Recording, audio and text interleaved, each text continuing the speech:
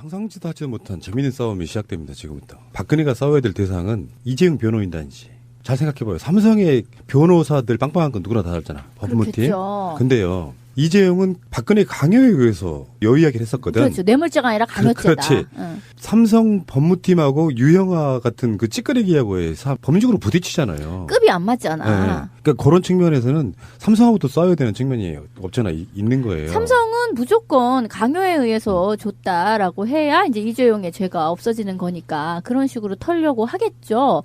그런데 지금 그런 스텝을 밟아 나간다라고 하면 이재용은 얼마 후에 곧 나오게 되지 않을까? 또 이렇게 얘기들을 하는 사람들이 있어요. 3년 안에는 당연히 나온다. 뭐 이렇게. 그거는 이제 삼성의 워너비, 삼성이 원하는 바일 뿐 지금 박근혜가 구속된 이유도 뇌물이잖아요.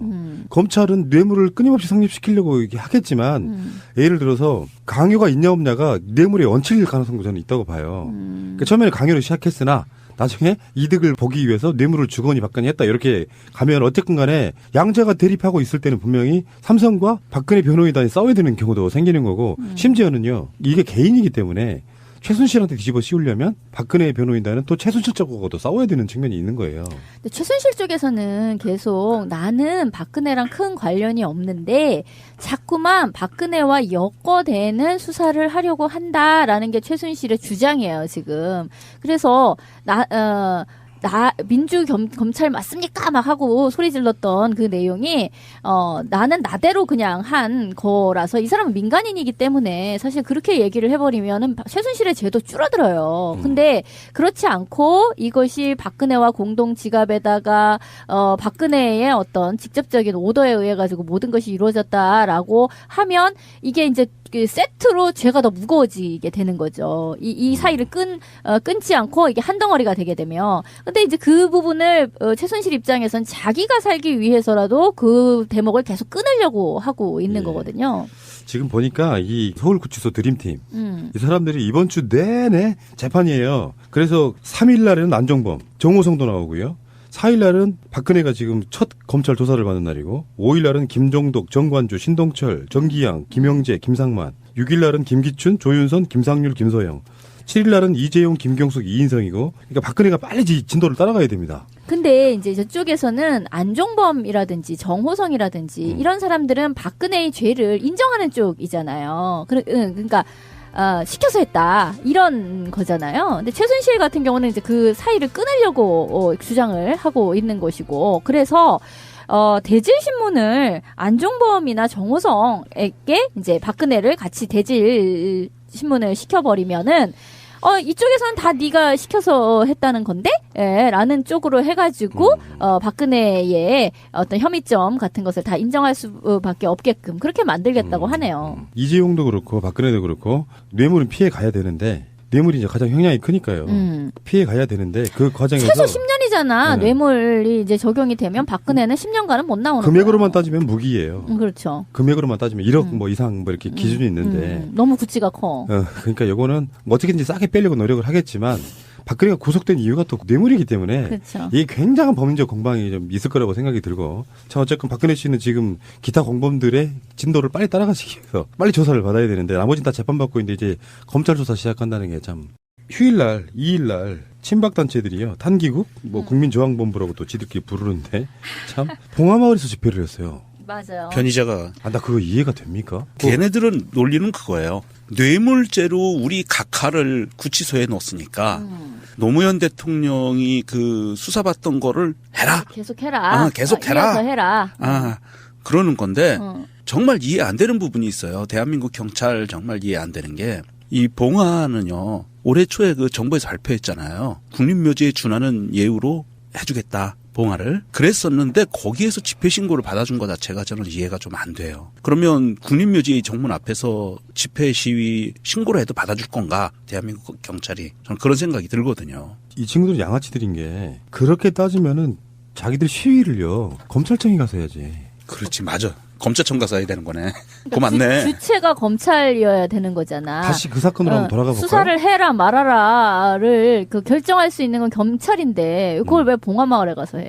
실제로 그 당시 사건으로 돌아가 보면은 가장 큰 흐름은 이런 거예요. 검찰이 무리하게 전직 대통령을 뇌물로 엮으려고 했어요. 근데 뇌물의 가장 중요한 게 대가성이란 말이에요.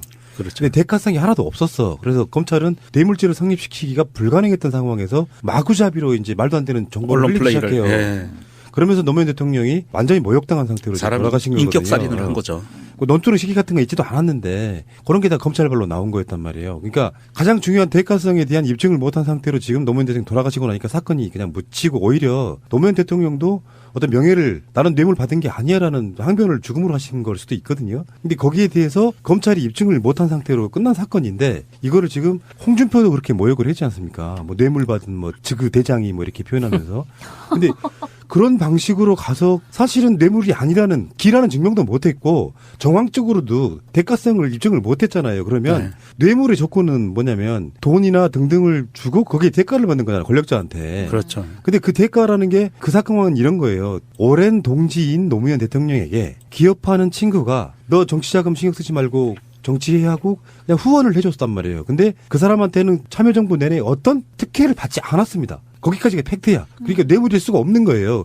정상적인 후원금인 거야. 그렇죠. 예. 그 후원금에 대해서 지금도 뇌물 이야기를 하고 있고 마치 권양숙 여사님 뭐 구속하라 이런 방식으로 가는 이 쓰레기 새끼들이 집회 신고 내준 경찰을 엄중하게 문책을 해야 된다고 생각해요. 그래서 봉화마을 주민들이 그 4일부터 31일까지 거기 사전 집회 신고를 미리 다 해놨대요. 앞으로 거기서 그 탄기국들이 또 난리 못 치게 이달 말일까지는 먼저 사전 집회 신고를 했답니다. 근데 여기 이제 몰려와 있는 사진들을 보면 이거 다 이게 군복 입고 그 몇몇 안 되거든요. 내가 봐서는 전체 합쳐도 20명도 안 될 애들이 태극기만 엄청 큰 거 갖고 와서 이런 류의 저기를 하면서 주민들한테 폭언을 퍼붓고 무슨 뭐 폭발을 하겠다는 등 막 막말을 짓거려대고 막 이런 식으로 하니까 이게 지들이 뭐 생각하기에는 어찌 보면 퍼포먼스가 될 수 있을지 모르지만 지역 주민들이나 국민들 전체 그 정서에 반하는 짓거리거든요. 이거 여풍 맞을 짓거리라고요. 심지어 특히나. 봉화마을에서 그 집회를 하던 60대 남자가 유인물을 나눠주었는데 그 유인물을 거부하는 그 여고생의 뺨을 때렸다는 거예요. 지금 정말 너무 끔찍하지 않아요? 너무나 이런 노골적인 양아치 짓인 거죠. 그리고 아까 이제 뭐 그 뇌물죄 얘기에서 핵심은 특혜를 과연 그 기업이 받은 바가 있느냐라는 것을 전혀 증명을 못했던 검사 쪽에서도 검찰 쪽에서도 전혀 증명을 못했던 것이고 어쨌든 이제 그 죽음 이후에 그냥 그 수사는 종결이 되어져 버린 거잖아요. 근데 지금 삼성 같은 경우에는요 확실하게 있잖아요. 그 이제 국민연금에서 그렇죠. 그쪽에서 합병 찬성, 합병에 찬성하는 표를 줌으로써 그 당시에 삼성이 확실하게 얻은 이익이 있고 그리고 이재용 입장에서는 자기가 이렇게 그 승계받게 된 것이 너무나 정확하게 있고 그 사이사이에 그 국민연금 이사장이라든가 하는 사람들이 또 다 연루된 바가 있고 그거과 관련해서 지금 다 기소가 되는 상황이기 때문에 이거는 빼도 박도 못하는 거죠. 대는 수사를 하려고 한다라는 게 최순실의 주장이에요 지금. 그래서 민주 검찰 맞습니까? 막 하고 소리 질렀던 그 내용이, 나는 나대로 그냥 한 거라서 이 사람은 민간인이기 때문에 사실 그렇게 얘기를 해버리면은 최순실의 죄도 줄어들어요. 근데 그렇지 않고 이것이 박근혜와 공동 지갑에다가, 박근혜의 어떤 직접적인 오더에 의해 가지고 모든 것이 이루어졌다라고 하면 이게 이제 그 세트로 죄가 더 무거워지게 되는 거죠. 이 사이를 끊지 않고 이게 한 덩어리가 되게 되면. 근데 이제 그 부분을 최순실 입장에선 자기가 살기 위해서라도 그 대목을 계속 끊으려고 하고 있는 거거든요. 지금 보니까 이 서울구치소 드림팀 이 사람들이 이번 주 내내 재판이에요. 그래서 3일 날에는 안종범, 정호성도 나오고요.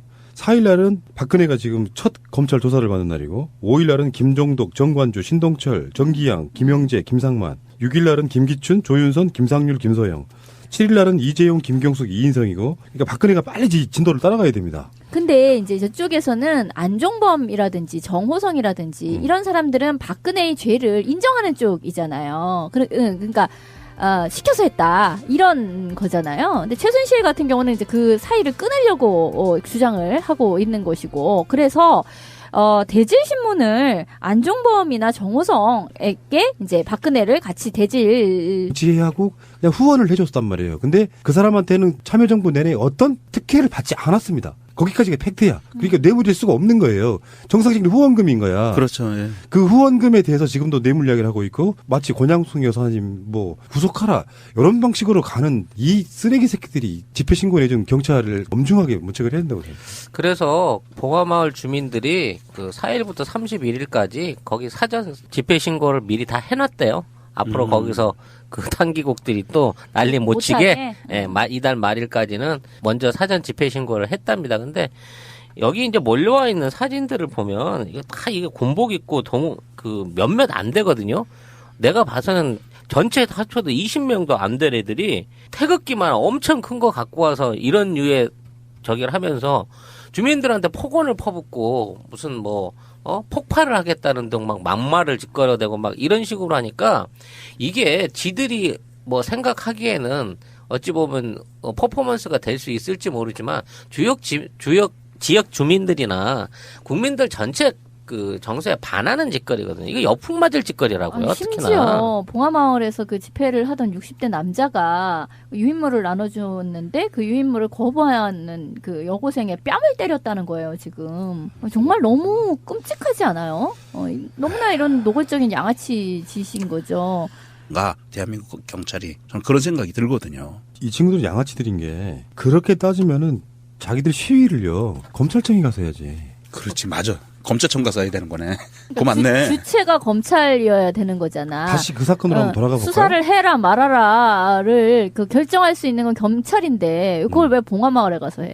실제로 그 당시 사건으로 돌아가 보면은 가장 큰 흐름은 이런 거예요. 검찰이 무리하게 전직 대통령을 뇌물로 엮으려고 했어요. 근데 뇌물의 가장 중요한 게 대가성이란 말이에요.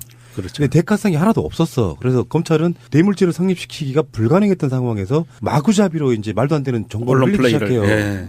그러면서 노무현 대통령이 완전히 모욕당한 상태로 돌아가신 거거든요. 인격살인을 한 거죠. 논두렁 시기 같은 거 있지도 않았는데 그런 게 다 검찰발로 나온 거였단 말이에요. 그러니까 가장 중요한 대가성에 대한 입증을 못한 상태로 지금 노무현 대통령 돌아가시고 나니까 사건이 그냥 묻히고, 오히려 노무현 대통령도 어떤 명예를 나는 뇌물 받은 게 아니야라는 항변을 죽음으로 하신 걸 수도 있거든요. 근데 거기에 대해서 검찰이 입증을 못한 상태로 끝난 사건인데, 이거를 지금 홍준표도 그렇게 모욕을 했지 않습니까? 뭐 뇌물 받은 뭐 그 대장이 뭐 이렇게 표현하면서. 근데 그런 방식으로 가서 사실은 뇌물이 아니라는 기라는 증명도 못했고 정황적으로도 대가성을 입증을 못했잖아요. 그러면 뇌물의 조건은 뭐냐면 돈이나 등등을 주고 거기에 대가를 받는 거잖아요. 권력자한테. 그렇죠. 근데 그 대가라는 게 그 사건은 이런 거예요. 오랜 동지인 노무현 대통령에게 기업하는 친구가 너 정치자금 신경 쓰지 말고 신문을 시켜버리면은 이쪽에서는 다 네가 시켜서 했다는 건데? 예, 라는 쪽으로 해가지고, 박근혜의 어떤 혐의점 같은 것을 다 인정할 수밖에 없게끔 그렇게 만들겠다고 하네요. 이재용도 그렇고 박근혜도 그렇고 뇌물은 피해 가야 되는데, 뇌물이 이제 가장 형량이 크니까요. 피해 가야 되는데 그 과정에서 최소 10년이잖아. 네. 뇌물이 이제 적용이 되면 박근혜는 10년간은 못 나오는 금액으로만 거예요. 따지면 무기예요. 그렇죠. 금액으로만 따지면 1억 뭐 이상 뭐 이렇게 기준이 있는데 너무 구치가 커. 그러니까 요거는 뭐 어떻게든지 싸게 빼려고 노력을 하겠지만 박근혜가 구속된 이유가 또 뇌물이기 때문에 그렇죠. 이게 굉장한 범죄 공방이 좀 있을 거라고 생각이 들고, 자 어쨌든 박근혜 씨는 지금 기타 공범들의 진도를 빨리 따라가시기 위해서 빨리 조사를 받아야 되는데, 나머지는 다 재판받고 있는데 이제 검찰 조사 시작한다는 게 참. 휴일날 2일날 친박단체들이요 탄기국 뭐 국민저항본부라고 또 지들끼리 부르는데 참 봉화마을에서 집회를 했어요. 맞아요. 변희재가 나 그거 이해가 됩니까? 걔네들은 논리는 그거예요. 뇌물죄로 우리 각하를 구치소에 넣었으니까 노무현 대통령이 그 수사받던 거를 해라. 계속해라. 계속해라. 이어서 해라. 그러는 건데 정말 이해 안 되는 부분이 있어요. 대한민국 경찰 정말 이해 안 되는 게, 이 봉화는요 올해 초에 그 정부에서 발표했잖아요. 국립묘지에 준하는 예우로 해주겠다. 봉화를. 그랬었는데 거기에서 집회 신고를 받아준 것 자체가 저는 이해가 좀 안 돼요. 그러면 국립묘지 정문 앞에서 집회 시위 신고를 해도 받아줄 건가? 상상지도 하지 못한 재미있는 싸움이 시작됩니다. 지금부터. 박근혜가 싸워야 될 대상은 이재용 변호인단이지.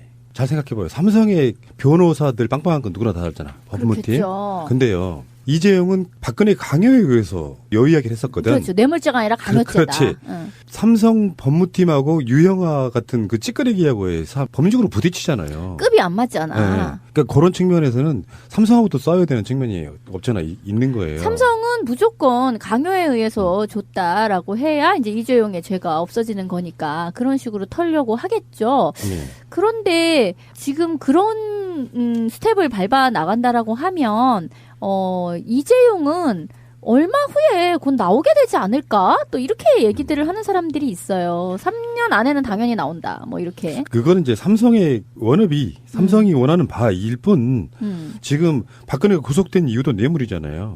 검찰은 뇌물을 끊임없이 성립시키려고 이렇게 하겠지만 예를 들어서 강요가 있냐 없냐가 뇌물의 원칙일 가능성도 저는 있다고 봐요. 그러니까 처음에는 강요를 시작했으나 나중에 이득을 보기 위해서 뇌물을 주거니 받거니 했다 이렇게 가면 어쨌든 간에 양자가 대립하고 있을 때는 분명히 삼성과 박근혜 변호인단이 싸워야 되는 경우도 생기는 거고 심지어는요 이게 개인이기 때문에 최순실한테 뒤집어 씌우려면 박근혜 변호인단은 또 최순실 쪽하고도 싸워야 되는 측면이 있는 거예요. 근데 최순실 쪽에서는 계속 나는 박근혜랑 큰 관련이 없는데 자꾸만 박근혜와 엮어